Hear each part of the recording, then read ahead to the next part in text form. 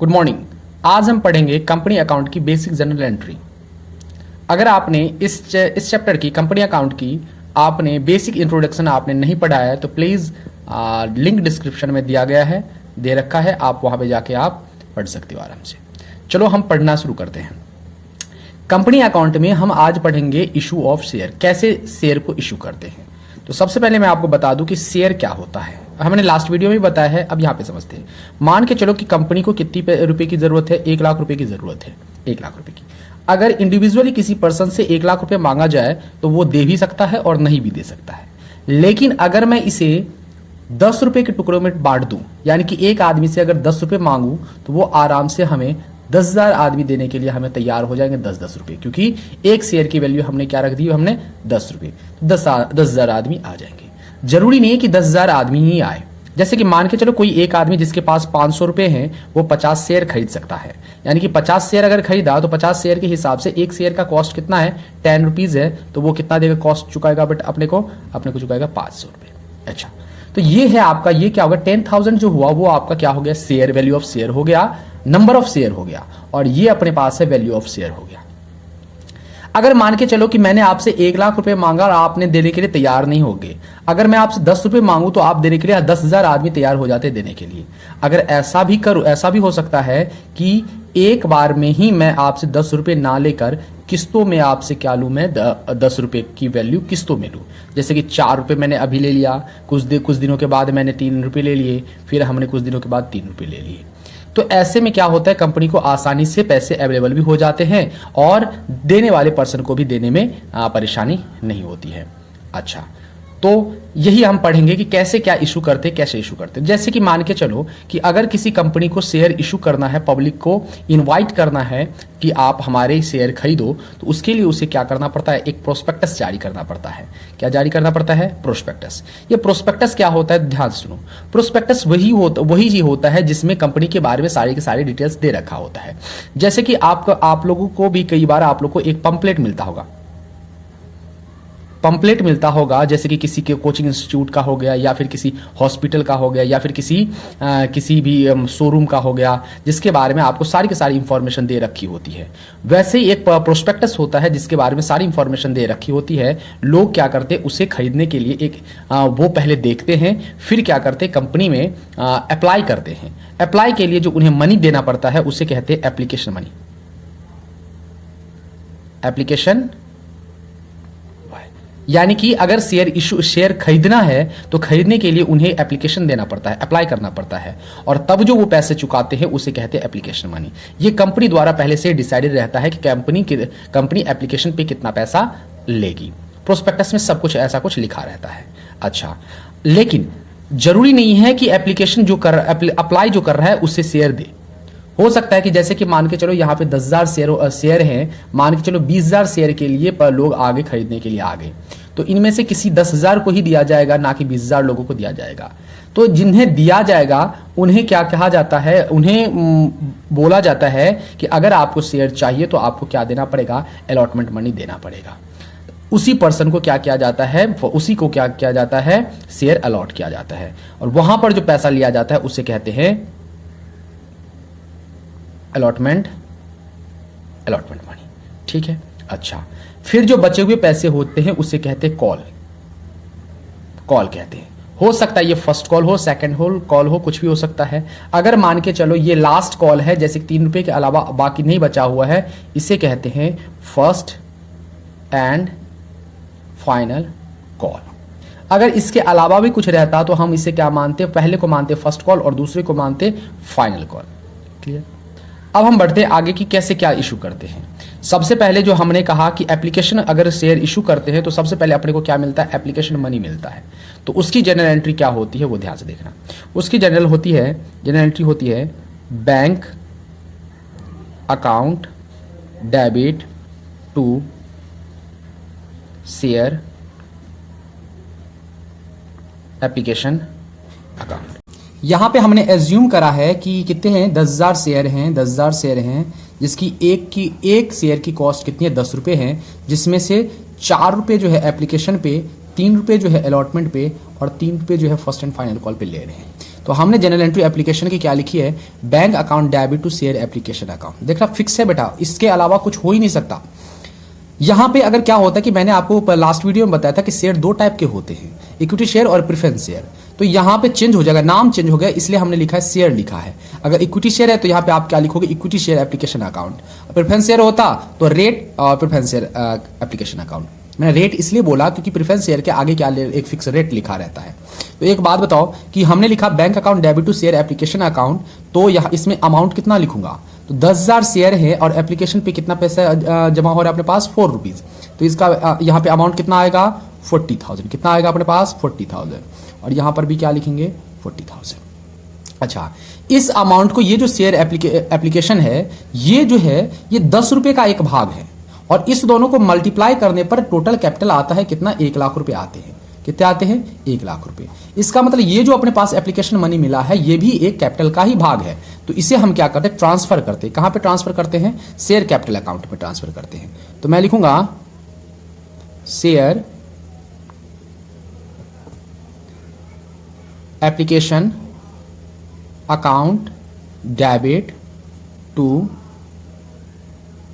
Share capital account. कितना, तो वही अमाउंट ट्रांसफर किया जाएगा, 40,000 आएगा, और यहां पे कितना आएगा, 40,000 है। क्लियर। अच्छा, यहां पे नरेशन क्या होगा, नरेशन लिखना बहुत कंपलसरी है। यहां पे होगा एप्लीकेशन मनी रिसीव्ड, और यहां पे होगा एप्लीकेशन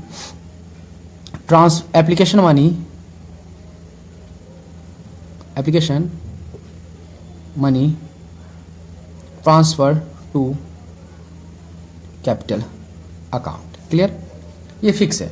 अब ध्यान से देखना, अगर हमारे पास एप्लीकेशन मनी आ जाता है, हमने उसे ट्रांसफर कर दिया, अब क्या करते हैं, अब कुछ दिनों के बाद अगर मान के चलो उन्हें जरूरत पड़ी तो हम अलॉटमेंट मनी मांगेंगे, फिर फर्स्ट कॉल मांगेंगे। तो जब मांगने की एंट्री करते हैं तो सबसे पहले हम ड्यू करते हैं। इसका मतलब सबसे पहले हम इसकी ट्रांसफर करने की एंट्री करेंगे। क्या लिखेंगे, यहाँ पे लिखा हुआ है share application account debit to share capital. Allotment के जगह पे हम क्या लिखेंगे, यहाँ पे share allotment account debit to share capital account. Fix उल्टा आप सारे करते जाएंगे। पहले यहां पे एप्लीकेशन मनी सबसे पहले रिसीव हुआ, फिर हमने उसे क्या किया, ट्रांसफर करा। बट यहां पे पहले ड्यू करेंगे, इसका मतलब ट्रांसफर करेंगे, फिर हमें रिसीव होगा। यानी कि पहले मांगेंगे तभी तो हमें देगा पैसा कोई। तो हम यहाँ पे अमाउंट कितना लिखेंगे, तो 3 रुपये अलॉटमेंट का है, तो हम किससे मल्टीप्लाई करेंगे, 10,000 से मल्टीप्लाई करेंगे, तो अपने पास हो गया 30,000, और यहाँ पे 30,000।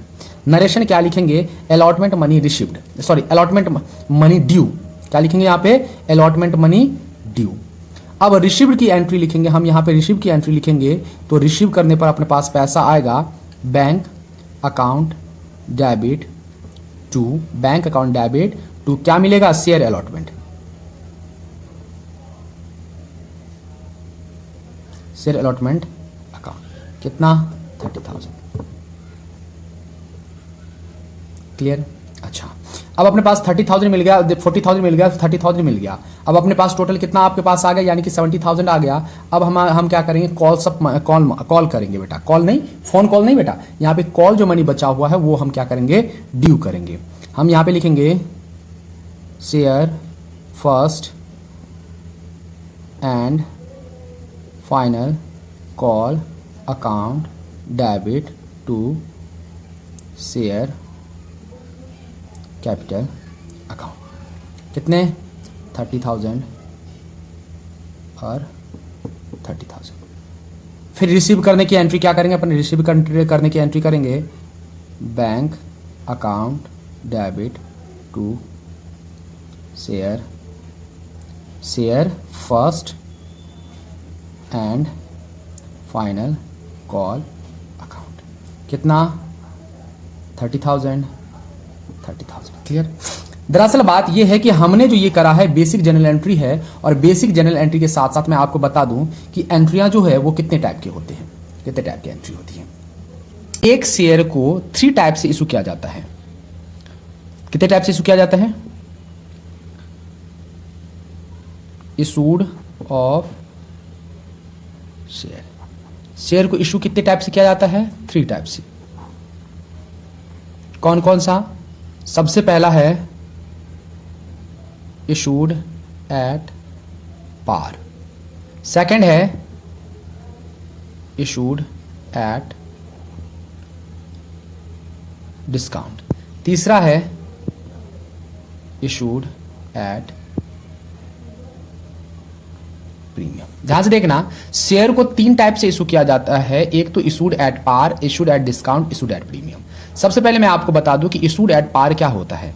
अगर मान के चलो अगर 10,000 शेयर हैं और प्रत्येक का कॉस्ट कितना है? 10 रुपए है। अगर मैं इसका कॉस्ट कितना है? 10 रुपए। अगर 10 वैल्यू कितनी है? 10 रुपए। अगर मैं इसे 10 रुपए में ही बेचूं तो ये क्या कहलाता है? एट पार कहलाता है।